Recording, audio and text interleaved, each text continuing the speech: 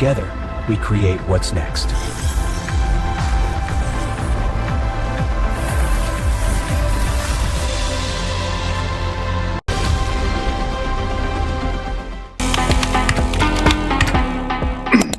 Welcome to the podcast. Thank you.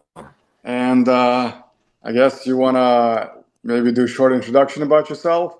Yeah, short introduction. I operated as a portfolio manager at Morgan Stanley for many years. Operated in that space, but after close to 20 years, there was a misalignment between how I wanted to spend time relative to how I was actually spending time, and so in June of 2024, I stepped away from Morgan Stanley. I began working with Paul Hutchinson from Child Liberation Foundation.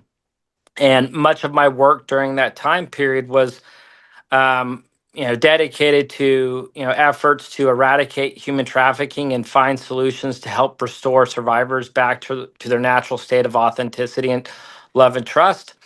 I've also been operating as the CEO of the Vine Global Impact, and the Vine Global Impact is a mission-driven and values-driven social impact network that operates as a bridge of trust between family offices, non-for-profits, and also global government officials. And what we do is we work diligently to try to help individuals and non-for-profits propel their social impact initiatives forward, and we operate as a bridge so that family offices can connect with other like-minded family offices and individuals in a very systematic and much more efficient manner that helps align, that helps to ensure safety across the network. So how have you experienced or adopted modern technology for your previous or current businesses? AI,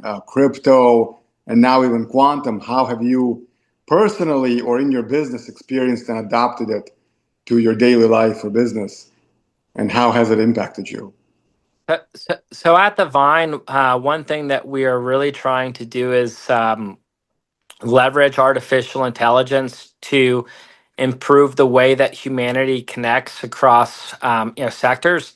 It's highly inefficient, and what often happens is individuals who are networking and trying to grow and find the right people, we often spend too much time in that space, and at the Vine we believe that humanity can connect much more efficiently, and so we're trying to integrate technology across the network so that people can introductions are automated, efficient, and very much aligned with values. With regards to quantum, have not done anything obviously at this stage, but super interested to find investments broadly across that space. I've been scouring and on the lookout for a long time. There's a couple equity positions that I think are really interesting, and they are doing quite well. With regards to crypto, I think I like what you're doing because you're producing, tokenized, securities, if you will, that are backed by real estate. So there's a real purpose behind what you're doing that has some, where valuation methodologies actually mean something. And but however, with regards to Bitcoin and some of the other cryptocurrencies, I personally find it difficult to value them.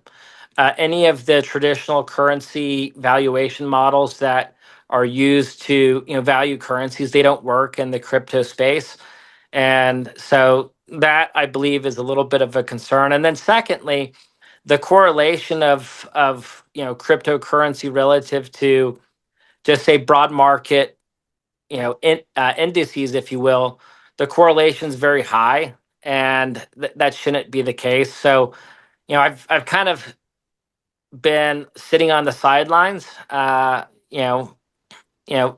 with regards to crypto. Well, we actually started also doing quantum encrypted dual layer payment solution using stable coins for international remittances. But I guess with crypto, it's and I understand where you're coming from because it used to not be, until just a couple of years ago, the crypto market was not really priced into the global markets. It was more like an underground thing, with a bunch of crypto traders pumping and dumping these coins.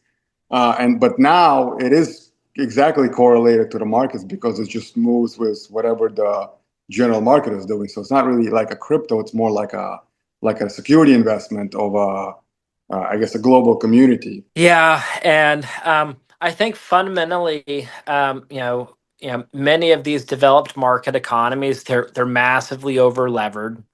And there's definitely a case for some type of alternative to traditional currency. U.S. government, we have $38 trillion worth of debt on our balance sheet, and we are in the fourth stage of a big global debt cycle. And historically, when this happens, you get extreme partisan politics, global division, civil unrest. You have a lot of problems. And historically, whenever a country is at a debt to GDP ratio of 130%, that's when you begin to have some problems. And what's kind of odd is, you're seeing, Congress entirely ignoring, history, and the data is there. And if they don't do something, to um, something meaningful, then we are likely to repeat the past, and we simply shouldn't. So um, I do think that there has to be an alternative to stabilize payment systems, etc. If any of these developed market economies were to experience rapid depreciation, which could happen. I mean, nobody is insulated from those types of events. But the United States is in a very competitive position. But financially, we do need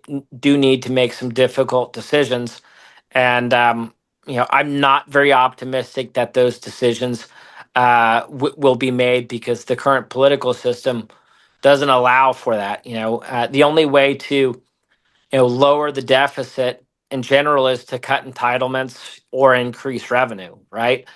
Mhm. And it's nearly impossible to cut entitlements because the way that the system is rigged, it's they leverage the entitlements to get votes. And so if they cut entitlements, then they lose votes, and then that just seems to be an ongoing issue. They don't have a job. Yeah, they don't have a job. So Are you familiar with this book called The Forced Turning? no. It's about the global cycles. And so according to that and some other theories, basically we're at a 80-year global like war convergence. The last time we had like a major war was 80 years ago. We're at a convergence of a monetary cycle. Usually that about 80 years or so is how long a monetary system lasts globally, historically. We're at a 80-year technology convergence. Well, not 80-year. We are at a technology convergence because now we have all these new tech that's kind of like a new, I wouldn't call it industrial revolution because it's not really industry. It's more like technology and services revolution, because I know you said you're not super familiar with quantum, but I guarantee you that not even this time next year, but 6 months from now, you're going to start hearing in the news quantum getting mainstream usability. There's already a programming language with quantum to use quantum computers. There's already several projects that are using computers that are operating on quantum fields and but are not at freezing level. So like they can just be normal using that quantum processing. So we're going to start having that AI, quantum, and crypto convergence all together very, very soon, like just commonly used in the market.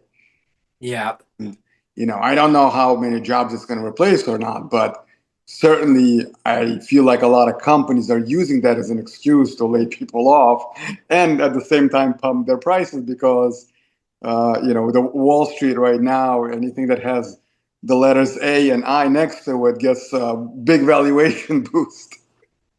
Yeah, yeah, yeah. In quantum, even more so. I mean, there's companies that launched this year that no revenue, no contracts, just an idea of doing stuff with AI, getting billion-dollar valuations. You know.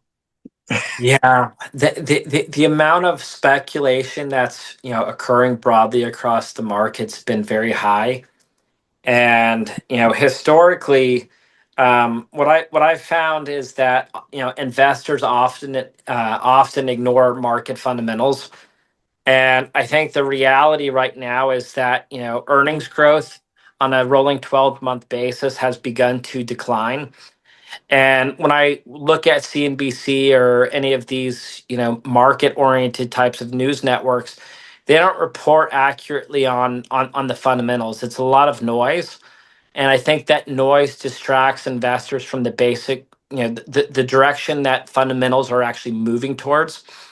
And I kind of think right now is a time to play it safe. If you have declining earnings growth and uncertainty around some inflationary types of variables, then you know that dictates lower perhaps not as high intrinsic value broadly across the market.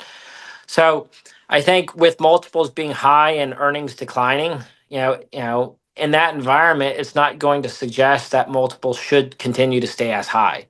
And if you look at where multiples are now relative to long-term historical averages, they're way too high. And then secondly, one thing that's really interesting that I've noticed with investors is the amount of market risk that investors are willing to take is really high, right? So investors are obviously very overweight. The top 10 highest weighted stocks within the S&P 500, and they're ignoring the valuations. They're ignoring they're ignoring a number of factors, and I think that could end up hurting investors over the long term. Yeah, I mean, I definitely think that the market is very speculative right now and just driven by buzz more so than really anything else.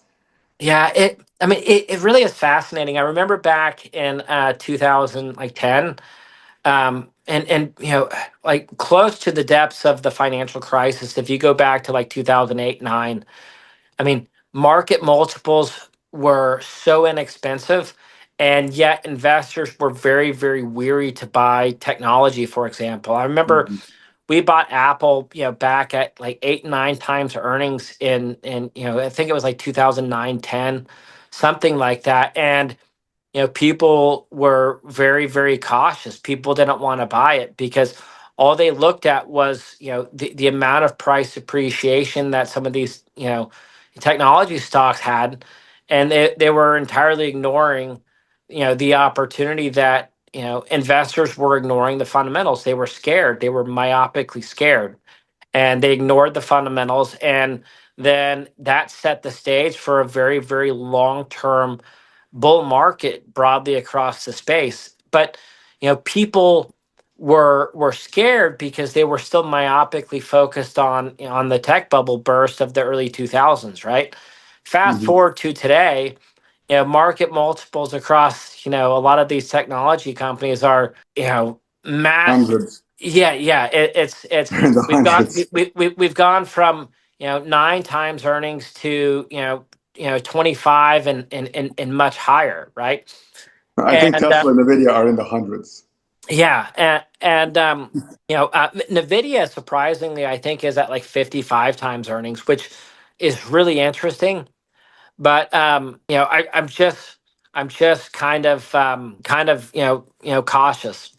And whenever I see the herd move a specific direction, and they ignore fundamentals, that usually creates an opportunity someplace else. I think investors should be looking in those areas where opportunities are more abundant, earnings are attractive, and valuation is is much more attractive. What do you think is going to happen now that Japan started raising the rates and stop buying our debt?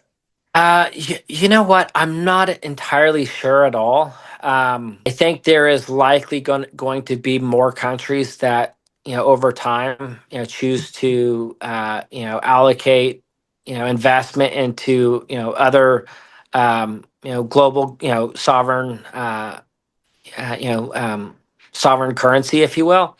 I think Switzerland's quite attractive on a relative basis, but I don't know how that will directly impact us. But over the long term, if you have fewer buyers, then that could inevitably cause U.S.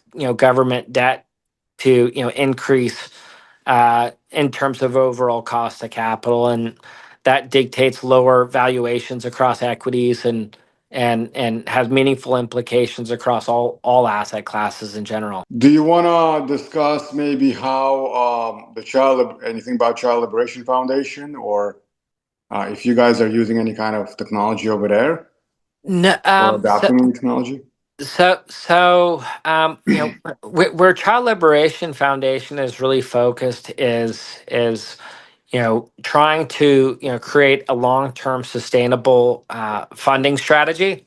So obviously, I'm friends with Paul also. Yeah, Years ago, I discussed with him, this was, I'd say, probably like 2 years ago, maybe, uh, to use AI. And I'm sure you've seen like how now AI can mimic avatars.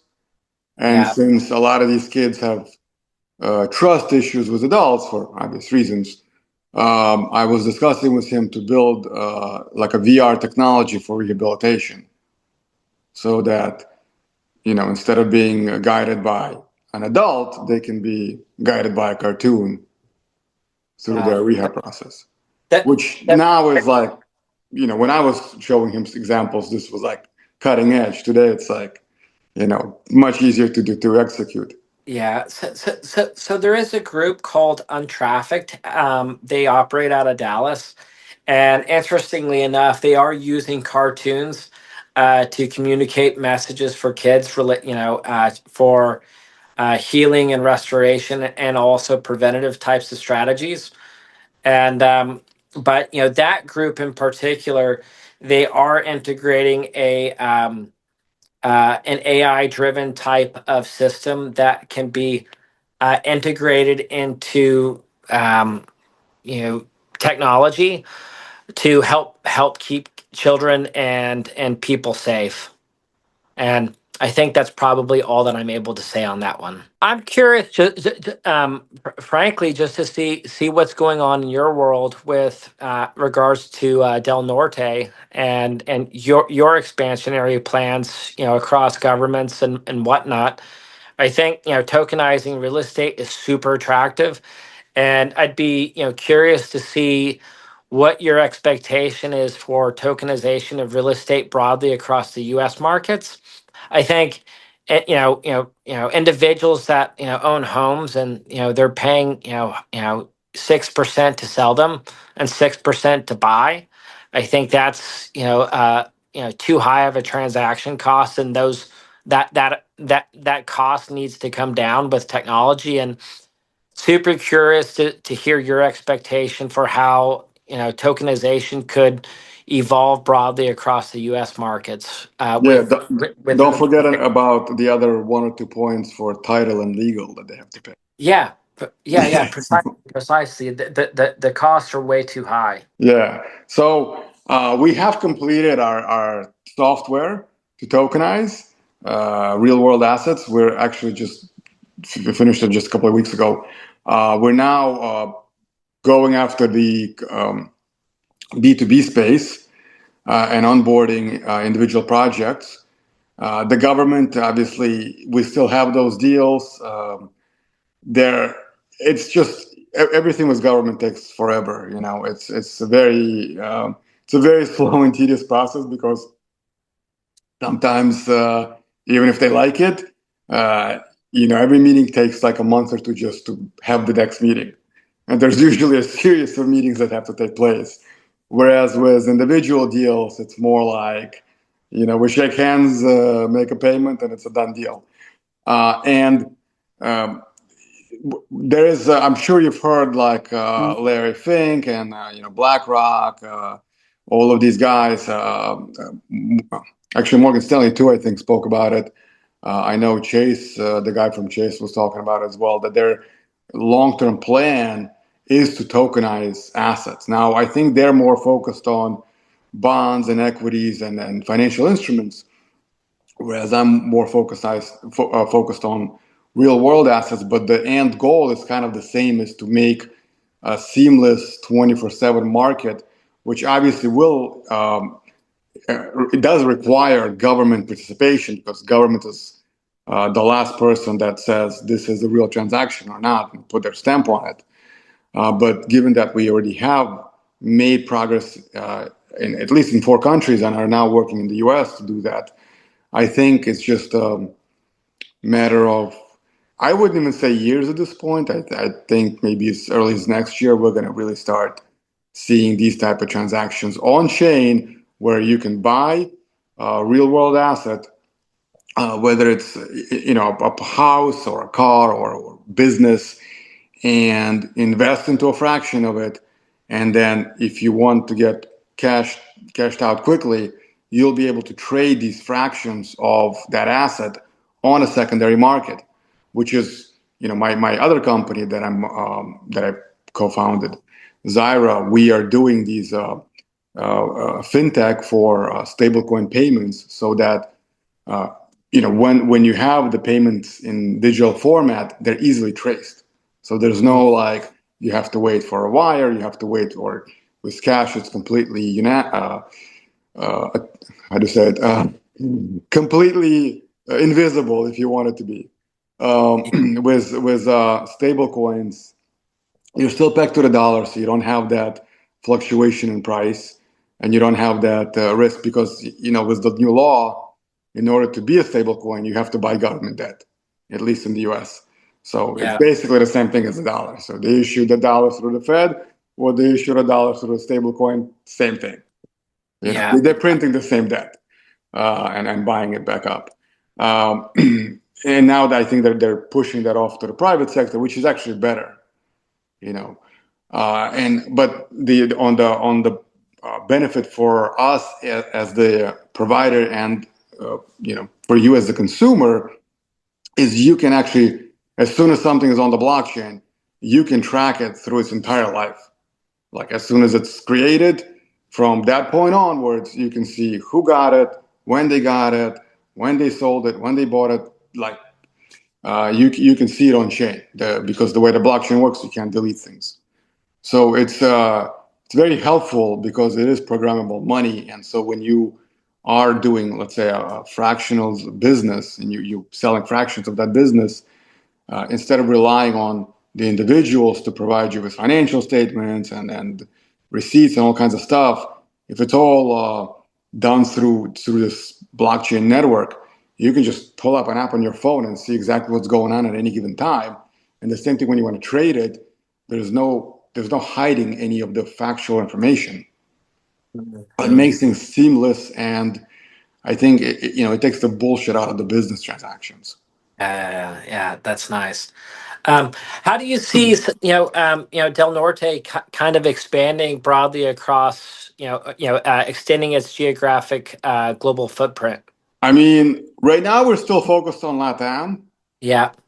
And I mean, our business model is pretty simple. We work with the governments, we get them to approve these NFTs and tokens as valid document format, tokenize the data, and then because these governments are usually not well off financially and can't pay the quite large expenses that we have to incur to do the actual work, they let us monetize it through third-party services, so providing third-party services. So we integrate with local banks, with insurance companies, with brokers, and now with my own payments company, so that because we're doing all the KYC work, because it's provided by the government, we can now instantly issue them. Because remember, half the population in LATAM is not banked right now. They don't have a traditional banking system.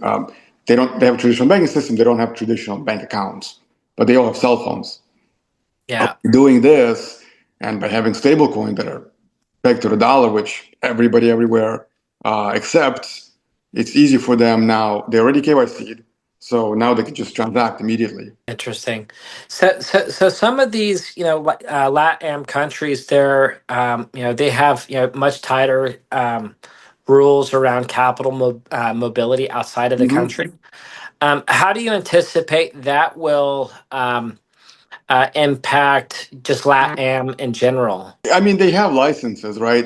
Getting a money remittance license is a lot easier and simpler and faster than a banking license. Yeah. Obviously, if you do want to be a full-fledged bank, there is a lot of hoop jumping. It's expensive and it's very time consuming.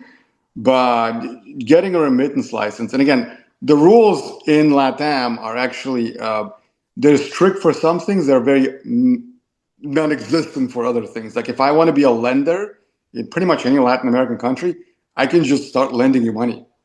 Like there's no, I don't need to have it as long as I'm using my own capital or the capital of whatever pool that I have, and it's not a public offering. I don't need any licenses. So I can start doing loans or microfinancing or even loan sharking like this. Yeah. Like Yeah. there's no regulations against it. So here, even in the US, it's more strict. In Europe and other countries, forget about that. You need to. It takes like years and years just to get the license. But yeah, and if if you're intimately familiar with the local regulations, it's easy to navigate it. It's not as bad as people think. Certainly not on this side of the world. Okay. Wow. Interesting. I love what you guys are doing, and Yeah. I'm super excited to see how you guys grow and expand, and the infrastructure required to be able to execute is very, very robust. So we are rooting for you, and I think you have the potential to democratize an asset class and make it much more efficient.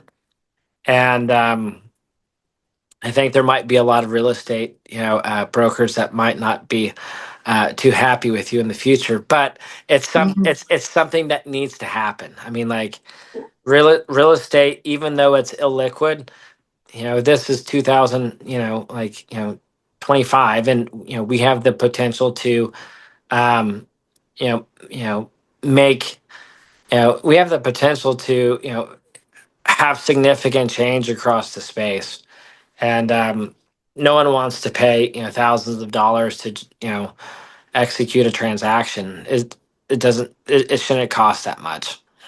Yeah. Well, I mean, that's kind of our goal is in this case to liquefy illiquid assets. Yeah.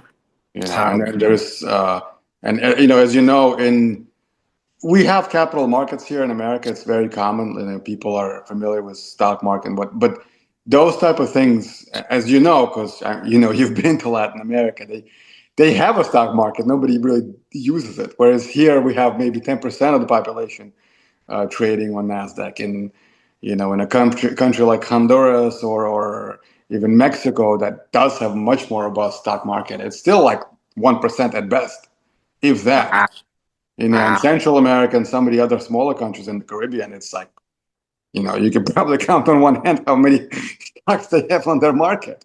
Yeah. They have no liquidity because they have no trust. Yeah. Wow. Yeah, but yeah, we hopefully will solve that in the long term. Okay. Well, very excited for you. I love the idea, and it needs to happen. So I wish you all the best with that. Likewise. And again, thank you for coming on the podcast. Thank you for the opportunity to come on, and we love what you're doing, and we support you, and look forward to being of service in whatever way that we can at Divine. All right. Thank you, Anton. Thank you. Bye. Bye.